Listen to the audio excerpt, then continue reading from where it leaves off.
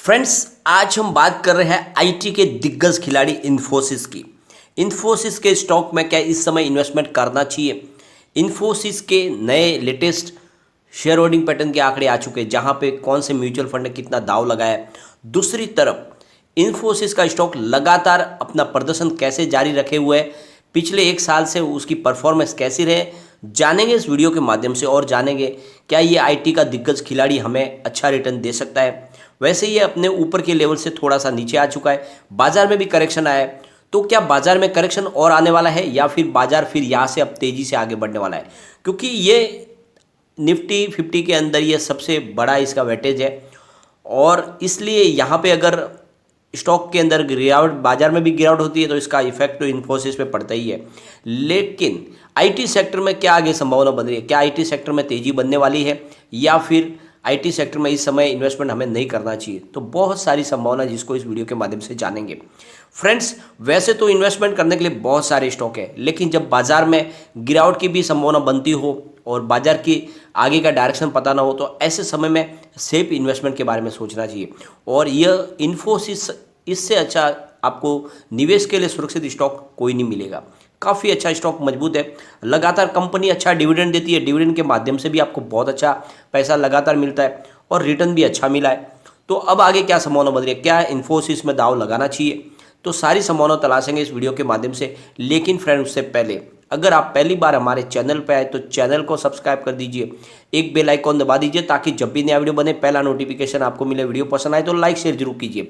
चलो friend, video start करते हैं। मैं हूं आपका दोस्त एस बी दवे, और हमारे अपने चैनल ऑनलाइन कमाई में आपका बहुत बहुत स्वागत है।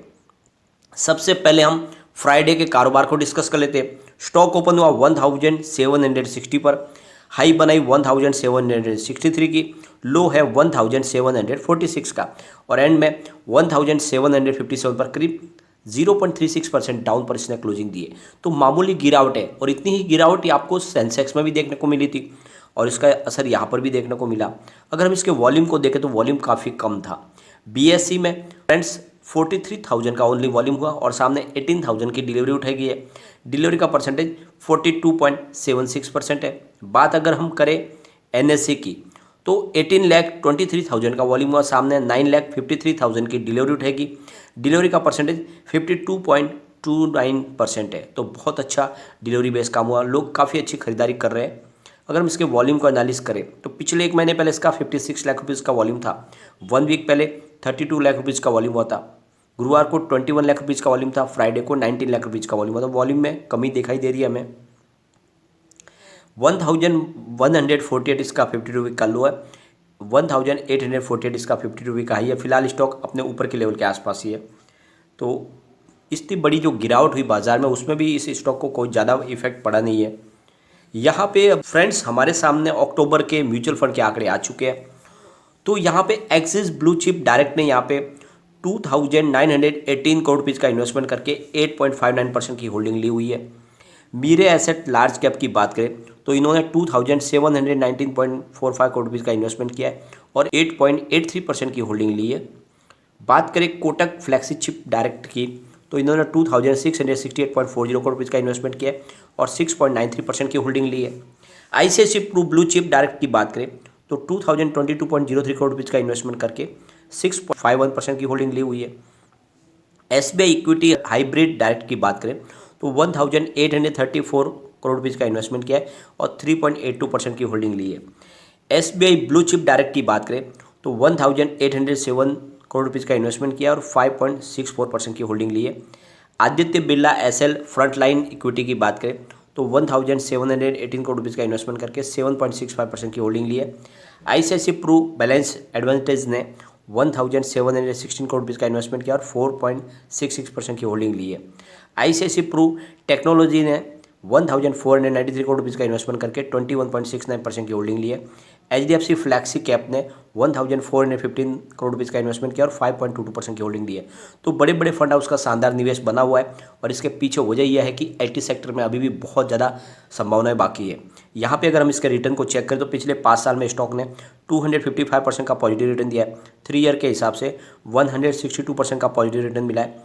1 ईयर के हिसाब से 50.65% का पॉजिटिव रिटर्न है। 3 मंथ के हिसाब से 4% का पॉजिटिव रिटर्न है। 1 मंथ के हिसाब से 1.10% का पॉजिटिव रिटर्न है और 1 डे के हिसाब से हमें 0.24% की निगेटिव रिटर्न देखने को मिला है। तो पिछले 5 साल में कभी भी इसने नाराज़ नहीं किया है, लोगों को निराश नहीं किया है, अच्छा रिटर्न दिया है। और ये जो रिटर्न है ये साबित करता है कि यहाँ पे निवेश भी सुरक्षित है और लगातार अच्छा रिटर्न भी हमें मिल रहा है। तो निवेश इस स्टॉक में हमें करना ही चाहिए। एक बार हम इसके Q2 के आंकड़े को डिस्कस करें तो रिवेन्यू 399.8 करोड़ रुपीज़ का निकल कर आया है, जहाँ पे 20.71% की हमें ईयर ऑन ईयर बेसिस पे बढ़त देखने को मिली है।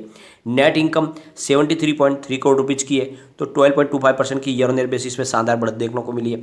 डायलूटेड EPS 0.17% है, तो 13.33% की ईयर ऑन ईयर बेसिस पे बढ़त देखने को मिली है। नेट प्रॉफिट मार्जिन 18.33% है, तो 7.05% की गिरावट देखने को मिली है। ये तो एक मामूली सा जो आंकड़ा है प्रॉफिट मार्जिन वाला, इसमें कुछ कमी दिखाई दे रही है, लेकिन ओवरऑल रिजल्ट बेहतरीन है। और ये Q3 जो अब आने वाला है यानी अंतिम महीना है, तो ये मुझे लग रहा है कि इससे बेहतरीन रिजल्ट पेश करेगी कंपनी, क्योंकि पिछले 3 महीने में कोविड का काफ़ी कम इफेक्ट पड़ा है। यहाँ पे लगभग पूरे वर्ल्ड के अंदर ज़्यादा प्रॉब्लम नहीं थी और इसका असर है कि इनके रिजल्ट में देखने को मिल सकता है। इस बार रिजल्ट हमें बेहतरीन देखने को मिलेगा और जो नेट प्रॉफिट मार्जिन में कुछ कमी दिखाई दे रही है वो भी इस बार कवर हो जाएगी। तो इस समय इन्वेस्टमेंट कर ले, क्योंकि रिजल्ट के बाद ये स्टॉक मुझे दौड़ता हुआ दिखाई देगा। एक बार इसके हम रिवेन्यू को चेक करें तो लगातार बढ़ रहा है। सितंबर 2020 में कंपनी को 24,570 करोड़ रुपीज़ का रिवेन्यू मिला था। दिसंबर में बढ़कर 25,927 करोड़ रुपये तक पहुँच गया। मार्च 2021 में 26,311 करोड़ रुपये तक पहुँच गया रिवेन्यू और जून क्वार्टर में 27,896 करोड़ रुपये तक पहुँच गया। सितंबर 2021 में 29,602 करोड़ रुपये तक पहुँच गया इनका रिवेन्यू। तो आप देख लो कि पिछले सितंबर से इस सितंबर के दौरान लगातार कंपनी का रिवेन्यू बढ़ रहा है और ये एक इशारा है कि यहाँ पे आपको इन्वेस्टमेंट करना चाहिए, क्योंकि कंपनी लगातार अपना प्रदर्शन इम्प्रूव कर रही है। बात कर लेते हैं इनके प्रॉफिट की, तो सितंबर 2020 में कंपनी का 4,845 करोड़ रुपीज़ का प्रॉफिट था। दिसंबर 2020 में बढ़कर वो 5,197 करोड़ रुपये तक पहुँच गया। और बात करें मार्च की, तो मार्च में 5,076 करोड़ रुपये तक पहुँच गया इनका प्रॉफिट।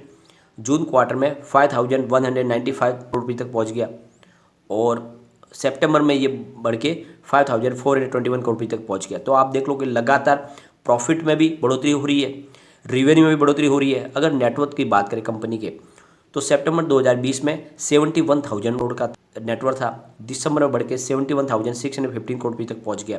मार्च 2021 में 76,351 करोड़ रुपये तक पहुँच गया और जून क्वार्टर में 71,871 करोड़ रुपये का इनका नेटवर्थ था। और फिलहाल सितंबर 2021 में 69,939 करोड़ रुपये का इनका नेटवर्थ है। तो यहाँ पे नेटवर्थ में कुछ कमी आई है और इसके पीछे वजह है कि इनकी कारोबार में वृद्धि हुई है और इस वजह से इनका नेटवर्थ वहाँ पे यूज हुआ है।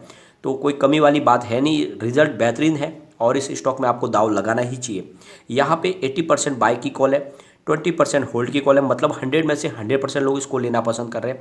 ये सबसे अच्छी बात है। एक बार इसके पिवट लेवल को चेक कर लेते हैं, तो यहाँ से अगर स्टॉक स्लिप होता है तो 1748 पर इसको फर्स्ट सपोर्ट है। स्टॉक अगर और नीचे गिरा तो 1738 तक जा सकता है। थर्ड सपोर्ट 1731 का है। ऊपर की तरफ मूव करने पे जो टारगेट निकल के आ रहा है वो 1766 का फर्स्ट टारगेट है, 1774 का सेकंड टारगेट है और 1784 का थर्ड टारगेट है। तो बहुत ही अच्छा स्टॉक है, निवेश आपको करना चाहिए।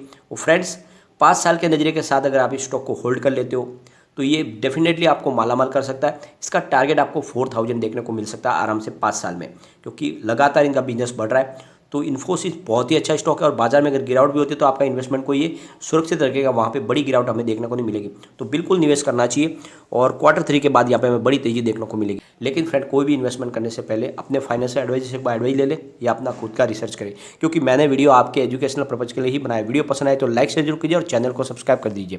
Thank you friend.